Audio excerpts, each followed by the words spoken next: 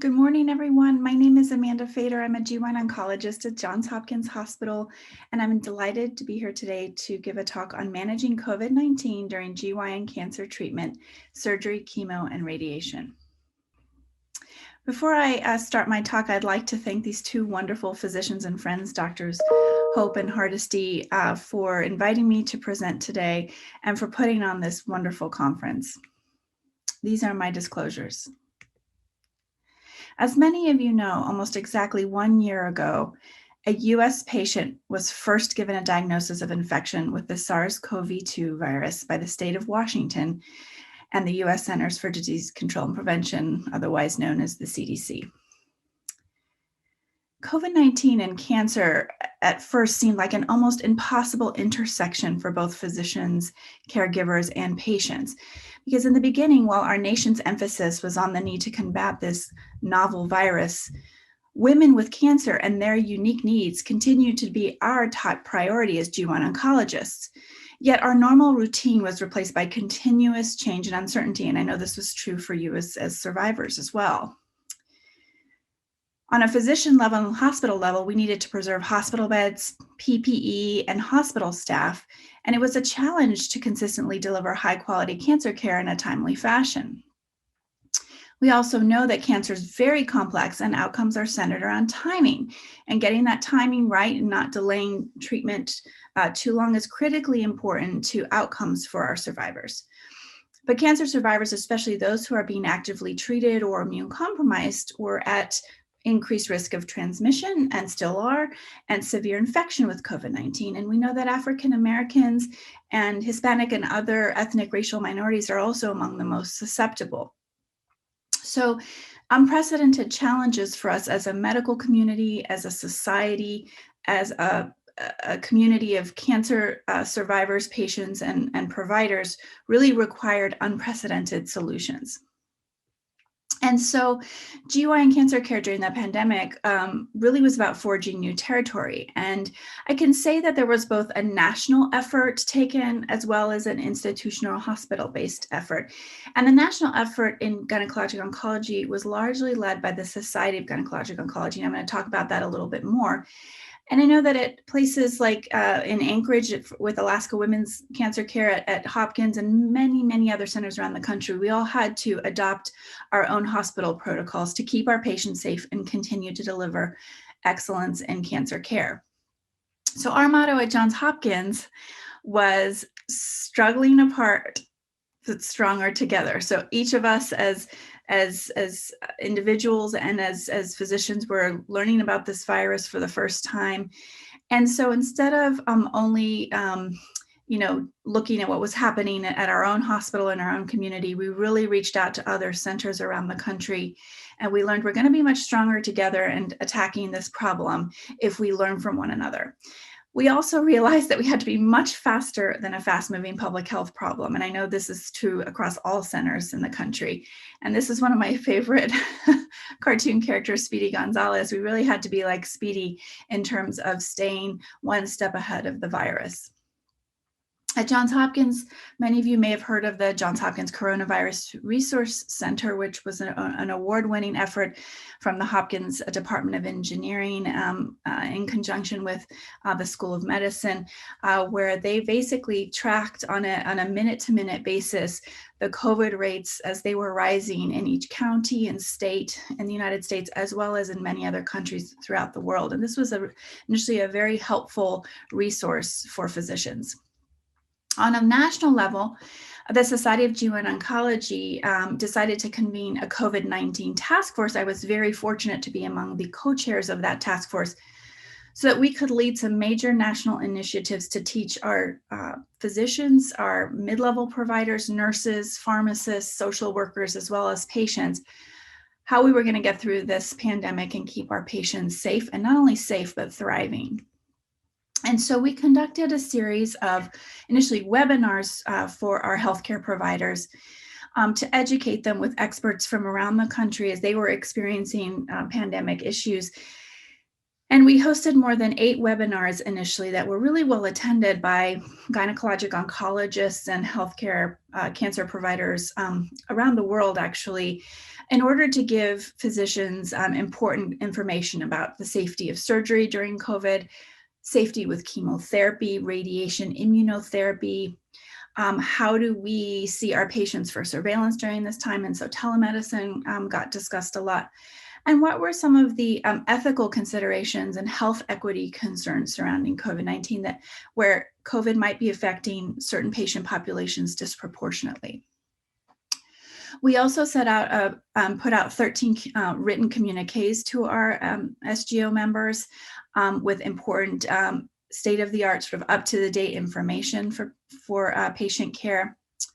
And we joined several other medical professional societies in OBGYN and in surgery to schedule joint statements where we came out with guidelines for physicians in surgery, OBGYN, GYN oncology, medical oncology. And this was very powerful to be able to do this together. Additionally, we've now published 3, but we had 2 initial peer-reviewed manuscripts that we wrote to give our patients and our healthcare providers guidelines about how do we deliver anti-cancer therapy, and that means chemo, immunotherapy, and radiation during the COVID-19 pandemic in the safest way possible. And then how do we operate? How do we take care of women surgically during this time to keep both patients and providers safe? And we realized very quickly that we needed to play the long game on this. And SGO developed a national COVID-19 registry of patients with gynecologic cancers who are COVID positive, so we can study best outcomes in patients. Additionally, we felt it was so important to get the word out to our patients and survivors and their family members. And so we conducted several social media opportunities to get the message out to gynecologic cancer survivors. I participated in my first tweet chat, which was a great deal of fun. I learned a lot from our survivors and other participants, and we were sharing up-to-date information on how survivors and actively treated patients could stay safe during this time. Our own department at Johns Hopkins took a very similar approach with daily communications going out to our faculty on policies and how are we going to continue to deliver cancer care in the best way possible to our patients. So when we thought about how COVID really changed gynecologic oncology practice, we think about how we changed our approach to surgery and prioritizing surgical cases, which I'll talk about in a second, surgical decision-making and preoperative testing, how to manage with patients with cancer who do not undergo surgery immediately, chemotherapy decisions and immune suppression, and should we be stopping this during the pandemic? Should we continue? How are we managing what's called re-entry, or the proceeding with no restrictions to clinical care, and when is the right time to do that? And what are our hospitals doing right now? And how many staff members, many healthcare providers were redeployed and are still redeployed during the pandemic to help COVID-19 units? And how's that going to impact GYN oncology practice? So this is very heavily on our minds as GYN oncologists. Okay. So let's talk first about surgery and COVID-19. So I would say no part of our practice has been more disrupted than surgery.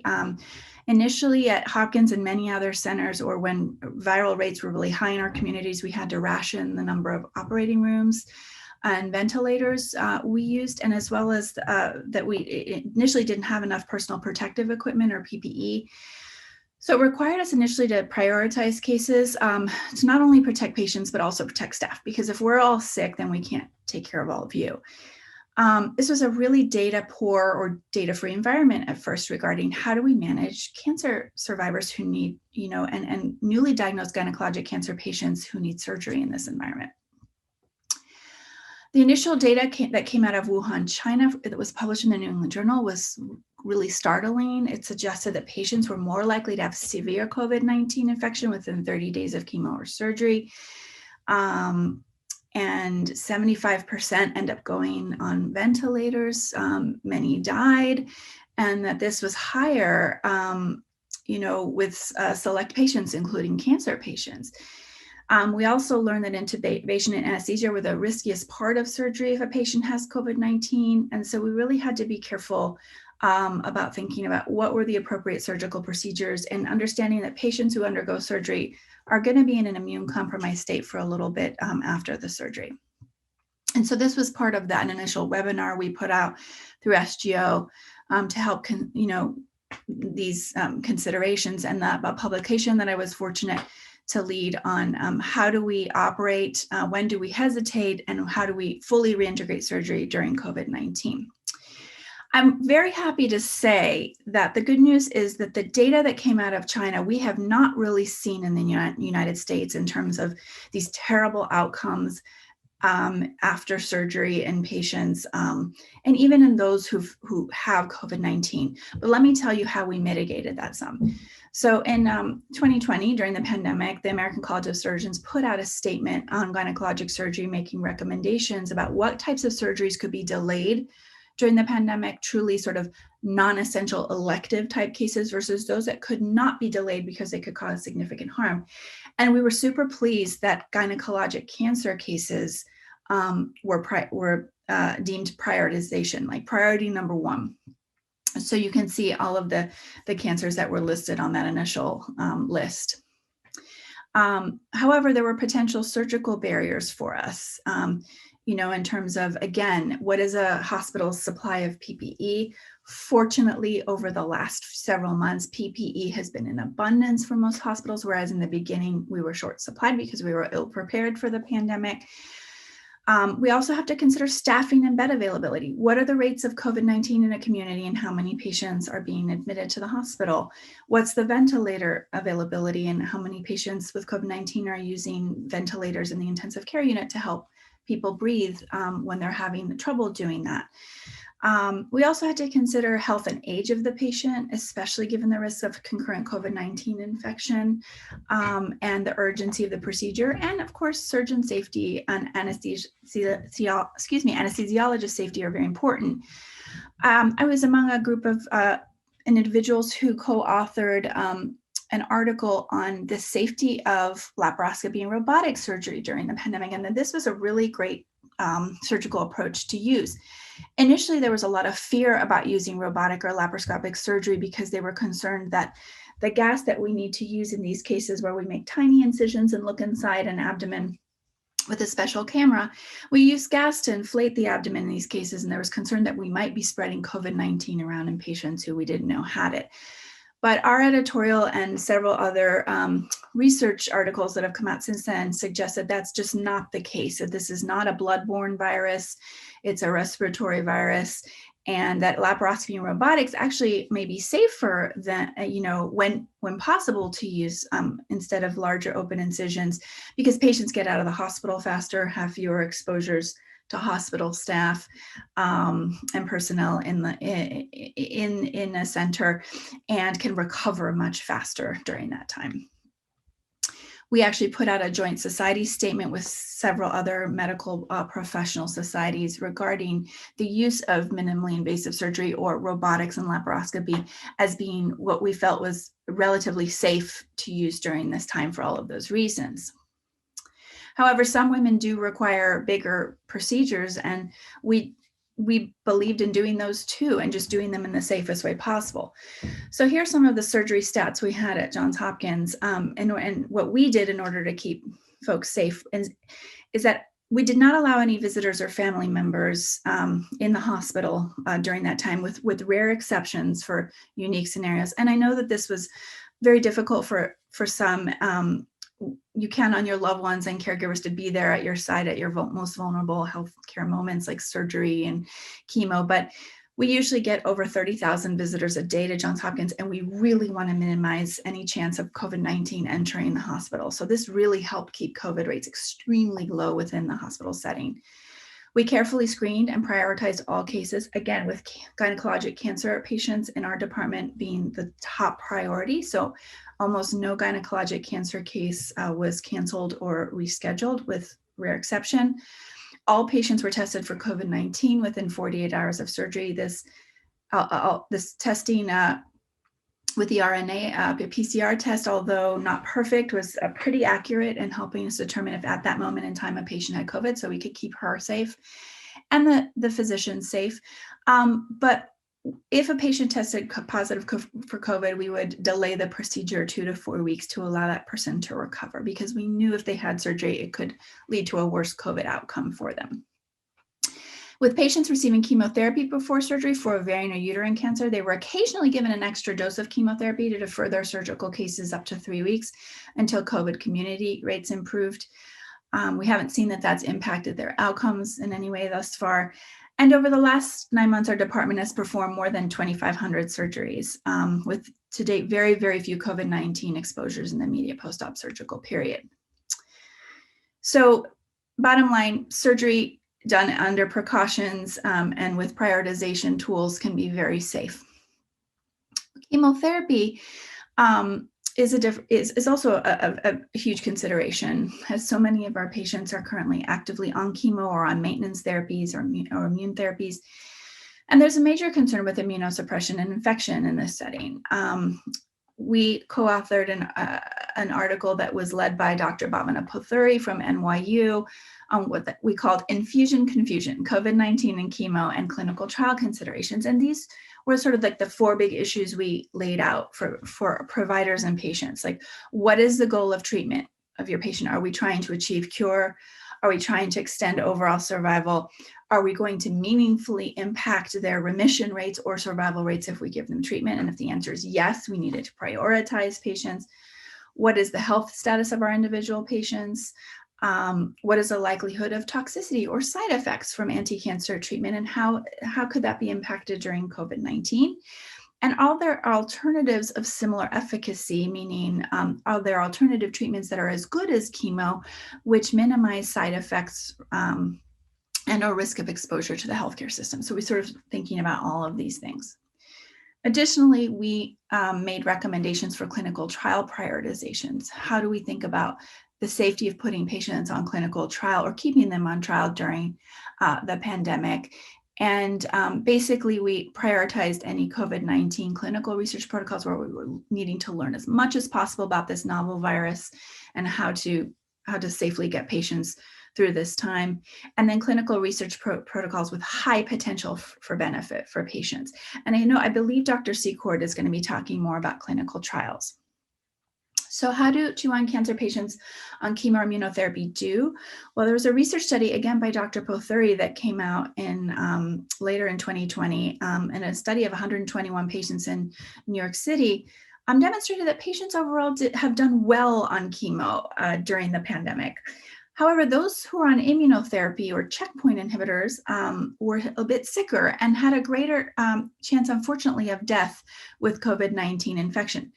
I want to be very clear to say that this is just one small population in New York City, and that we have treated countless patients at Johns Hopkins and at many other centers around the country with immunotherapy, including drugs like pembrolizumab, and that we have not seen these same outcomes of increased risk of sickness or increased risk of death with COVID-19 infection. But these reports are very important to heed, and we have to certainly counsel our patients about avoiding COVID-19 infection in any way when they're on chemotherapy or immunotherapy. So our team continued all chemotherapy, including maintenance treatments like PARP inhibitors and Avastin. During the pandemic, we made that decision, and we continued immunotherapy on all patients on treatment schedule. Well, we've had several of those patients develop COVID-19. We did not see any severe cases or requiring hospitalization or any deaths, very fortunately, in that group.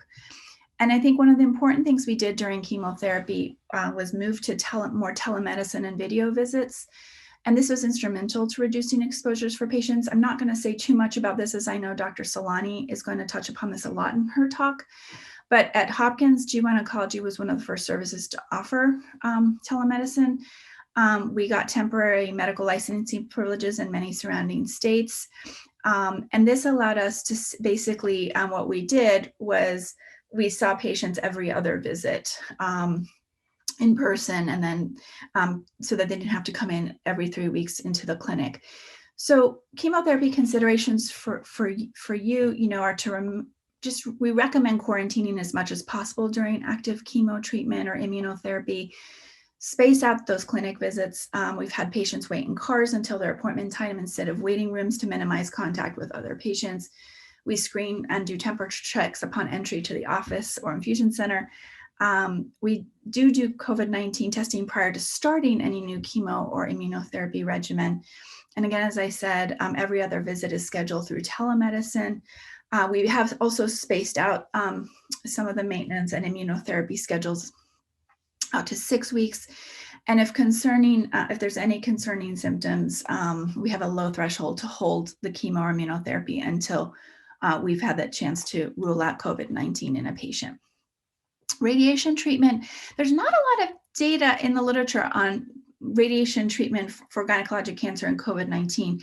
However, what we know is that we use all the same principles as with those who are undergoing chemo here. The same principles are applied as those who are undergoing radiation or immune compromised. We also know that major delays in radiation may impact survival for women. And so it's really important to stay on track as much as possible with treatments. These are guidelines from ASTRO, which is one of the leading national radiation oncology professional societies. And they basically just recommended that radiation oncologists should follow appropriate evidence-based guidelines like the National Comprehensive Cancer Network Guidelines, or NCCN, while striving for the shortest possible course of radiotherapy in palliative settings. Meaning, if you're receiving radiation for a cancer recurrence, try to achieve the shortest possible course to minimize exposure in the hospital. And then they again recommended telemedicine for all initial consults, and moving some types of radiation like vaginal radiation, or what we call brachytherapy, to outpatient instead of inpatient treatment protocols, again to minimize exposure to hospital staff. One of the best things on the horizon now in terms of the pandemic is the COVID-19 vaccines, which will invariably change the course of this pandemic for all of society in many different countries. We now know that the Pfizer, BioNTech, and Moderna vaccines are approved for emergency use authorization by the FDA. We are hopeful that maybe by the time you hear me giving this talk, that the Johnson & Johnson vaccine approval, which is a one-shot series, the other two are two-shot series, will also be forthcoming. But in terms of questions regarding vaccination, and we can talk about this more in the panel, basically, a large multi-society statement from many of the top gynecologic oncology and GYN-OB societies endorse vaccination for all eligible healthcare workers, patients, and especially for those who are disproportionately impacted by COVID-19 or complications from the disease, such as women with cancer. So whether you're undergoing active treatment or not, we are recommending this vaccine. Of course, please consult with your individual physicians or healthcare professionals regarding whether the vaccine is right for you. But cancer survivors and actively treated patients should strongly consider vaccination. And everything we know thus far with these vaccines suggests that they are safe and that the benefits of vaccination far outweigh the risks. So I'm going to wrap up now to say, in terms of CDC guidelines for cancer survivors and really for all community members, please continue to listen to the experts on best practices during the pandemic. I really encourage face masks at all times in public places, or if you're going to be with other individuals who are not in your little family bubble unit, at work, in grocery stores, or wherever you may be. Physical distancing of 6 feet or greater still recommended. Frequent hand washing, limiting indoor engagements and gatherings, which is one of the number one ways to create a super spreader event at this time. Taking care with, religious services as well, with too many people gathered indoors. And then flu and COVID-19 vaccination are going to be key here as well. So in conclusion, from Alaska to the lower 48, GYN medical and radiation oncologists will continue to prioritize you and your care needs during this time. You've always been our priority, and that will not change. Surgery, immunotherapy, chemotherapy, and radiation can be delivered safely during the pandemic. However, there may be modifications in treatment schedule or timing that are needed in order to keep you safe. And that's okay for the most part, as long as those modifications and, are, within standard of care and relatively minor. SGO and other national medical societies actively studying COVID-19 and GYN cancer will continue to educate healthcare providers and patients on state-of-the-art changes in guidelines and new research that comes out that can be helpful to us. And again, the COVID-19 vaccine benefits outweigh the potential risks in cancer survivors and actively treated patients. I want to again thank these wonderful physicians, Doctors Hope and Hardesty, and Let Every Woman Know Alaska for this opportunity to present today. Thank you so much. Good morning. My name is Ritu Salani. I'm professor and division director of gynecologic cancer at UCLA in Los Angeles, California. It is a pleasure to be here with you today at the 9th annual Let Every Woman Know Alaska Gynecologic Cancer Awareness and Arts of Healing Weekend. I'd like to thank Drs. Hardesty and Dr. Hope and the board for inviting me to participate. I'm sad that we cannot be together in person, but look forward to future years. Today, I'm going to be discussing maintaining a long-distance relationship, telehealth in cancer care. I have no relevant disclosures. The goal of today's talk is to review the impact of the COVID pandemic on cancer care, really focusing on telehealth medicine and its kind of implementation during this period. I'm going to review benefits and some limitations and pitfalls. Lastly, I will briefly review the future of telehealth and what we need to get there safely. We all know that the impact of the COVID pandemic has affected every aspect of our lives, and the medical system is no exception. Initially, hospitals, physician offices, nursing homes were a common setting for viral transmission. This resulted in delays in surgery due to hospital capacity reserve, as COVID patients were requiring ICU use and hospital beds. And patients also avoided going for procedures due to the fear of becoming infected at the hospital setting. This resulted in multiple societies making recommendations. One society, the American Society of Clinical Oncology, or ASCO, recommended conservation of health system resources. This included not only hospital beds, ventilator use, but also what we refer to as PPE, or personal protective equipment. The recommendations also included reducing patient contact with the healthcare facility, and this translated to delay of non-urgent surgeries or office visits. They also recommended postponing cancer screening procedures that required inpatient visits. And because of this, there was significant utilization reduction of health services that were observed in April, the month after the pandemic was declared. This included a drop of almost 75% in outpatient visits in physician offices, 70% drop in new patient visits, and a 60% drop in established patient visits. Clearly, these drops in visits resulted in a reduction in referrals for suspected cancer by an estimated 75%.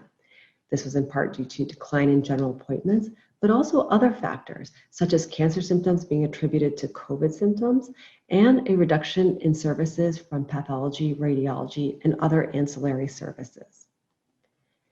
So it's no surprise that decreased routine visits led to a decrease in new diagnoses of cancer. It is estimated that the number of cancer detection fell by 40% during the first few months of the COVID pandemic. For example, changes in the rates of diagnosis in breast and gynecologic cancer are listed here in the table. When the pandemic was declared in March of 2020, we saw a drop in 24% of the diagnosis of breast and gynecologic cancers from 2019 to 2020. This drop became even more severe in April and May, reaching almost 50%.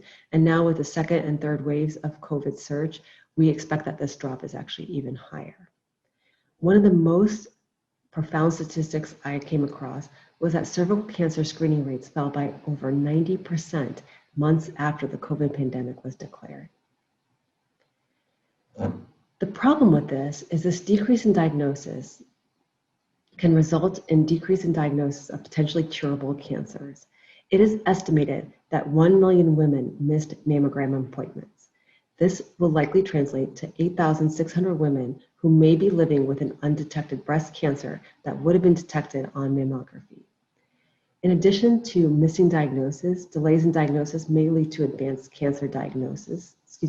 stages of cancer diagnosis, which can result in poor clinical outcomes. A recent publication at the end of last year estimated that these will result in excessive cancer deaths of almost 34,000 from last year.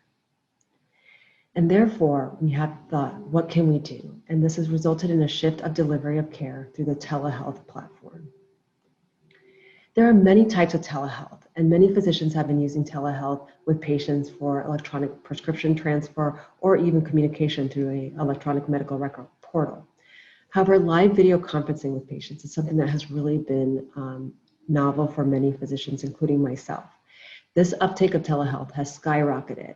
As you can see from this graph, in December of 2019, it was estimated that 8% of adults had used telehealth medicine. And by June, just a couple months into into the pandemic, this increased to 32%. If this graph continued, we would probably see this number well into the 80s or 90% at this time. It is clear that telehealth is here to stay. I want to review perceived barriers to telehealth. When patients look at telehealth, their barriers that they see are that their physicians may not have offered telehealth at this time, and this was done early in the COVID pandemic.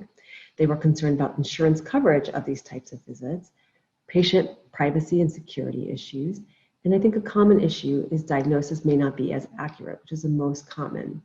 Another issue was technical problems connecting via the phone or video. And not surprisingly, physicians actually had similar concerns. Malpractice or liability concerns, which I think translates to the diagnosis not being as accurate, reimbursement concerns, which is similar to the insurance coverage, technical problems, and I will state at UCLA, we often receive alerts when video visits are not active or working. And then once again, patient privacy or security issues. We've all heard about Zoom bombing or hacking into these systems, and this is a real concern when you're discussing patient private issues. There are other factors that can impact the telehealth experience. It is estimated that it is concern of ineffective communication. We all know that there are distractions in our environment, and when you're on the telehealth platform or the virtual video platform, this can also be true. This also includes things like language barrier. It's much more challenging to get an interpreter on the line for language barriers, and this may affect a patient's telehealth experience. Limitations in technology. Although video visits are becoming more popular, some patients may not have access to it, or video connections may not be as effective. Reports of patient factors. Race, particularly Black and Latina races, have had poor telehealth experience, and then patients who are of older age have also reported decreased satisfaction with telehealth. One of the biggest challenges we all experience is inability to be physically examined, which we all know is a key part of a healthcare visit. There's also reduced confidence from the patients that the physician is able to understand their concerns, and additional burden for complex care, meaning when there's multiple issues, there may be a lot of distractions or inability to address these on the telehealth platform. But when we look at the actual reported telehealth outcomes, it's actually a little bit more promising. 60% of patients are willing to see a doctor via remote visit for a chronic condition. And this survey was done towards the beginning of the pandemic. What I thought was really fascinating is almost more than 90% of physicians agree that virtual care increases access, communication, and patient satisfaction. And so physicians were much more readily willing to adopt telehealth in the beginning of the pandemic, and this has continued to today. When there was a one study done of telehealth patient experiences, and about 62% of patients found that telehealth experience was just as good or better than in-person appointment experiences. Patients actually stated, a majority of these respondents actually stated that this would be useful for medical appointments after the COVID pandemic ends. But there are some areas that need to be addressed, and these were areas that were associated with the poor telehealth experience. These were particularly in patients who had a history of depression or anxiety who did not feel comfortable on this platform, or patients who had low activation scores, which is defined as willingness to take on a role in managing their own health care. But overall, telehealth was considered equivalent to in-person visits, and this was really promising. But we would be foolish not to recognize that there are continued challenges of telehealth. First, access. Patients need access to a computer or smartphone with a video platform, and they need to be comfortable with this. There are areas, rural areas, that have limited or no access to internet. And so I think hospital systems need, and governments need to take it upon themselves to provide equipment and better internet services so this can be offered universally. We also know there are insurance issues. Specific cancer services may not be covered, and we do not know how telehealth costs would impact the uninsured or the underinsured. And so we need to advocate for policy change. And then routine visits. This does limit the ability to perform well visits, such as conducting a pap test during a visit, and it limits examination capabilities. We also know that screening visits require in-office hospital evaluations. And so we need to think about home monitoring equipment, testing, and improved practices in offices and hospitals so these services can be continued without compromising outcomes. Additional limitations, and these are, I think, really important things that we need to consider. Asymptomatic signs of diseases may be missed. So we talked about avoiding screening visits during when the pandemic first started, but we really want to capture patients when they are asymptomatic. We don't want to wait till symptoms of disease develop before we're evaluating patients. We may be unable to overcome areas with limited internet and video access. And so there may have to be some secondary opportunities that need to be considered. Not all health systems and practices can support telehealth needs. I work in a large academic institution where telehealth is very easy to administer, but for private practices or rural health areas, this may not be as easily administered. And we always need to consider that patient privacy may be compromised and look at tools to overcome this. There are multiple medical benefits of telehealth. First, continuity of care. This allows for that continued established relationship between the physician and the patient. You can address specific issues. This may allow for short visits that talk about individual topics, for instance, neuropathy. Patient and caregivers can both continue to be engaged in these visits. Studies have shown that there are fewer canceled visits, which benefits both patients and providers. We can also determine which patients from telehealth visits need to come in person based on their symptoms or the telehealth encounter. Lastly, we can access additional resources. One of the advantages of telehealth is services that do not require examination may be able to be administered via telehealth platform rather than in person. One example of this is like a nutrition consultation. There are also lots of non-medical benefits with telehealth. One, there's increased flexibility because of the telehealth can be administered at any time via the video platform. There has to be a minimum need of staff. If any staff is needed in addition to the physician, this can be done at different hours or during kind of non-traditional office days. It also is limited time off work because you don't have to account for that travel time. And so this may actually help patients schedule these appointments with more ease. Family participation, I mentioned caregiver and patient participation, but families who are in remote areas who are also part of the patient's healthcare experience can also call into the platforms and be a part of the virtual visits as well. And this can increase patient satisfaction. And decrease expenses. In addition to time off work, patients don't need to worry about parking. They don't need to worry about getting food while they're in the hospital, which can actually quite add up over time.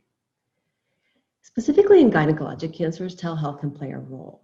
First, for chemotherapy pre-treatment, although infusion and lab visits will still be required, this may be an opportunity to discuss symptom review and pre-treatment assessment for patients undergoing chemotherapy. This would be especially beneficial for patients on oral therapy who may only have to have a lab visit, and that may be their only contact with the healthcare system.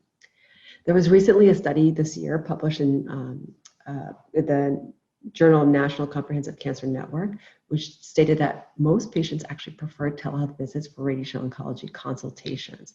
Now, of course, treatment visits would have to be in person, but this is another opportunity to assess patients, discuss needs, risks, and benefits of a future therapy. Symptom management. This can be easily utilized in gynecologic cancers. For example, if a patient has menopausal symptoms, this does not require physical examination and can be done via visit. And this may be done for other symptoms such as pain, neuropathy, depression, and many other opportunities. Second opinion consultations can also be done via the telehealth platform, and this may allow for patients to receive additional opinions or information in addition to their current practices. And then cancer surveillance visits, although I do have an asterisk by this, because this will allow for symptom review, but lab tests may still be needed, and it does not allow for an examination to be conducted, in this case, a pelvic examination, which is very informative in determining whether a patient's cancer has returned. And so it has limited utility, but it still may be effective for certain patients. And lastly, the future of telehealth. I like this graph because I think it shows a very comprehensive overview of where we can go. And although we're not quite there, I think there are some opportunities. Preventative care coaching, such as nutrition. We're already using telehealth for genetics, and many of us have been doing that for quite some time. I think one really exciting opportunity is involvement in clinical trials. Telehealth may be able to provide patients access to clinical trials that they may not have otherwise been able to participate in. And I think this is an area of great interest. And so in today's environment, we allow in-person visits with strict precautions being enforced, social distancing, minimizing the wait time of patients, which is probably a good thing anyway. But we know that hospital and physician office visits have the rates of COVID transmission are declining with universal masking. And it's now reported that hospital acquisition of COVID is actually quite rare. We also know that delay of needed or urgent healthcare should not be avoided, and we need to make sure that we're doing this in the safest way possible. We need to analyze the impact of the COVID response and prioritize the demand for cancer health services. I showed you the number of how cancer screenings are falling, and this is resulting in delayed diagnosis, which then can result in a poorer outcome. We need to make sure we are not compromising those outcomes and preparing patients safely. We also need to shift delivery of care to telehealth when appropriate, meaning just because we have safe in-office practices, I still think there's a lot of medical and non-medical benefits to telehealth visits. And another thing that I think many hospitals are looking into, if not already doing, is building capacity to accommodate physical distancing and minimizing crowds in the hospital setting. We need to continue to think about improving screening tools and visits. For instance, new strategies in home detection kits for cancer screening, and limiting the number of visits per day to minimize crowds. We also need technology infrastructures to be improved. Patient security and privacy cannot be compromised, and we need to make sure this is being done in a safe fashion. And although we may not be aware of them, new issues and risk will appear. We need to be able to handle these in a timely fashion. We also need to continue to advocate for policy and insurance coverage so that patients can receive telehealth without having unforeseen medical expenses. And I think one of the important things is we need to have continued process improvement. The National Quality Forum actually created a telehealth framework, and what their goal is to do is to evaluate the impact of telehealth on cancer care. Their measurement development, they have targeted areas for measure development. This includes how telehealth has improved or affected access to care, what the financial impact or cost of the telehealth platform is for patients, what both patient and physician experience has been, and how has it affected effectiveness of medical care. What are the outcome measures that we're seeing compared to in-person visits and kind of the worst case scenario, no visits. Though progress is happening, there is still a lot to learn. I thank you for your attention. Hello, my name is Dr. Angela Severus Secord. I'm a GYN oncologist at Duke, and I'm so happy to be with you here today. I certainly wish it could be in person. I'm very thankful and honored to have the invitation to speak at the Healing GYN Cancer Survivor Conference, and I have such tremendous admiration for Dr. Hope and Dr. Hardesty and all the care providers in Alaska and everything that they're doing. It's just fantastic. So the topic for me today is COVID-19 repercussions and silver lining. And my objectives are fourfold: to describe the decreased GYN cancer diagnosis since COVID-19 pandemic, review clinical trial access and enrollment and continued care, as well as review the patient experience and strategies to reduce negative COVID-19 fallout, and discuss silver linings, those positive opportunities that come out of negative, very negative and challenging times, and improved opportunities for patient access and care. So one of the things we are all very concerned about are delays in cancer screening, diagnosis, and care. And there are really many different reasons for this, but I'm going to focus on two. And one of those is access to care. Hospital delivery for cancer care has been substantially negatively impacted because of the pandemic, in some cases because they don't have enough bed space to care for patients beyond COVID-19, and other cases because they're reducing their volumes in anticipation of dealing with that COVID-19 patient population. And there's been a reduction in access to clinic appointments and even to clinics throughout the country. Another issue is patients opting not to seek care due to perceived risk of COVID exposure and infection. It can be very difficult for patients to obtain referrals because clinics are closed, as I mentioned, or decreased volume. Appointments have been reprioritized. There's delays in urgent cancer care because hospitals are full and they're on divert and cannot accept any additional patients. And also issues because of lack of insurance coverage, which I'll go into further.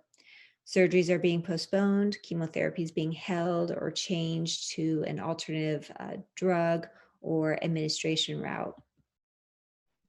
This is some information I obtained from cancer screenings. Unfortunately, I wasn't able to find anything specifically about GYN cancer diagnosis in the United States during this time. I'm hopeful that we'll have robust data coming forward in the next month or two when we get the new estimates for 2021. But what we do know is that screenings for breast, colon, and cervical cancer has decreased substantially in the initial 3 months of 2020. As reported in May of this past year, there was a 94% reduction in screening for breast cancer, 86% reduction for colorectal cancer, and 94% for cervical cancer. The authors updated this data in July of 2020, and there was still a substantial decrease ranging from 29% to breast cancer to approximately 35% for colorectal and cervical cancer. And this translates to about 295,000 missed screenings for breast cancer, 95,000 for colorectal cancer, and 40,000 for cervical cancer. So it's very concerning how many individuals may have cancer and not even be aware of that because they missed their screening test. The wonderful thing that's happened with COVID-19 is this huge opportunity to collaborate internationally. And the study I'm presenting now is a large COVID surge collaboration that extends across the global community. And what they demonstrated is that they made estimates regarding cancel operations during the peak disruption period. And for just 3 months, there was a 39.3% reduction in GYN surgeries.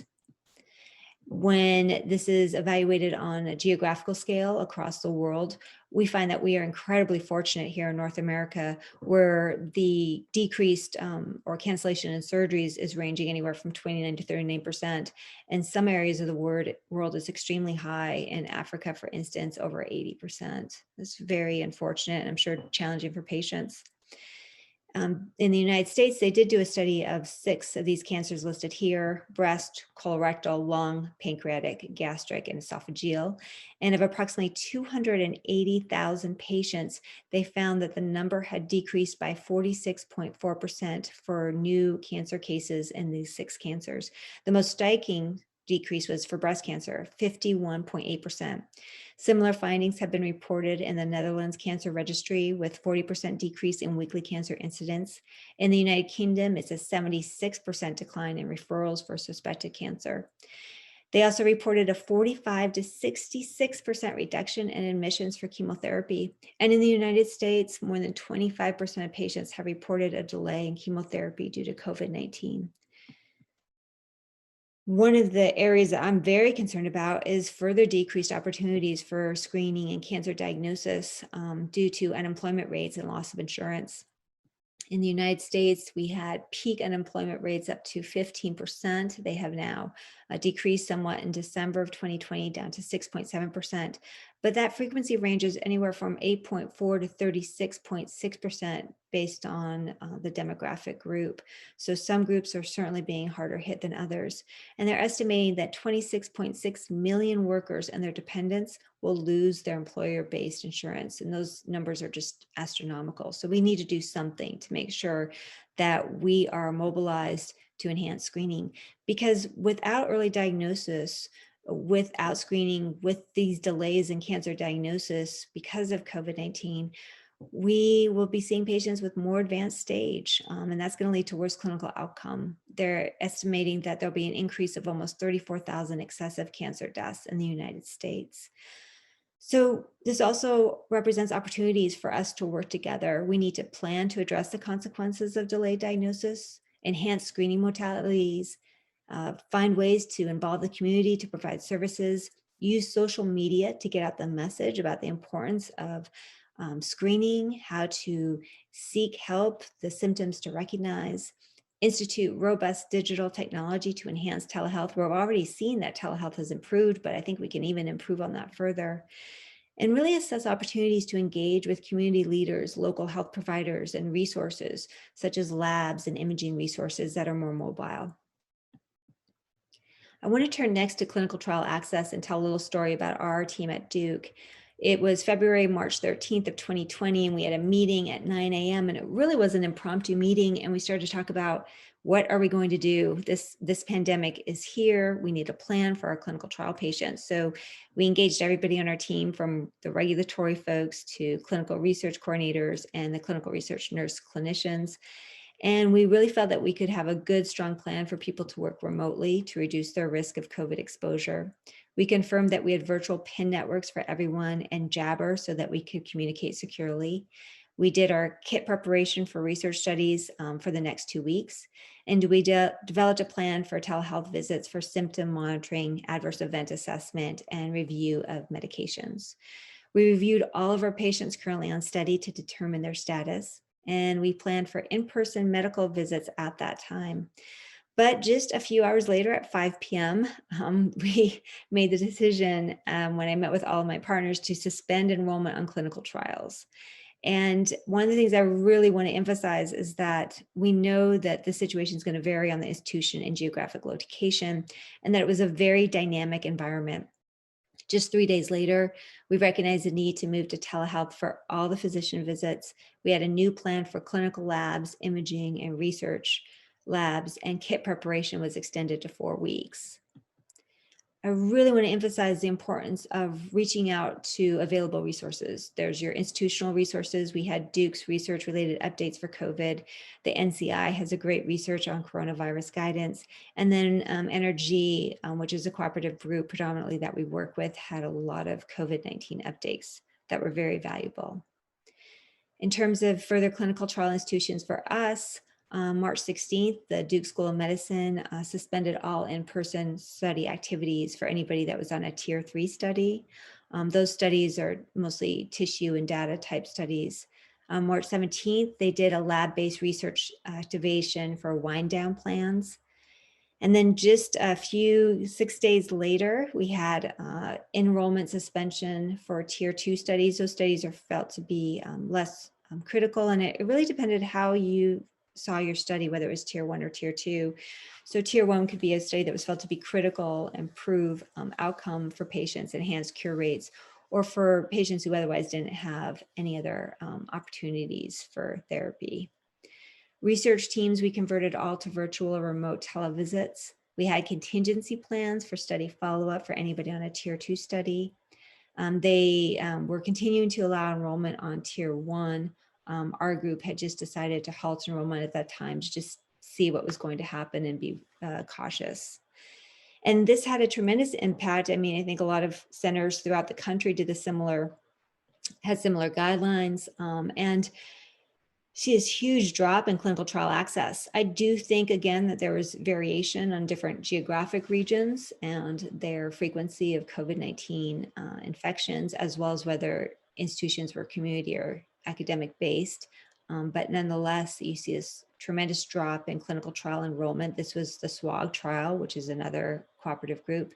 and it's stabilized and now improving, but we have a ways to go before we're able to get back to where we were.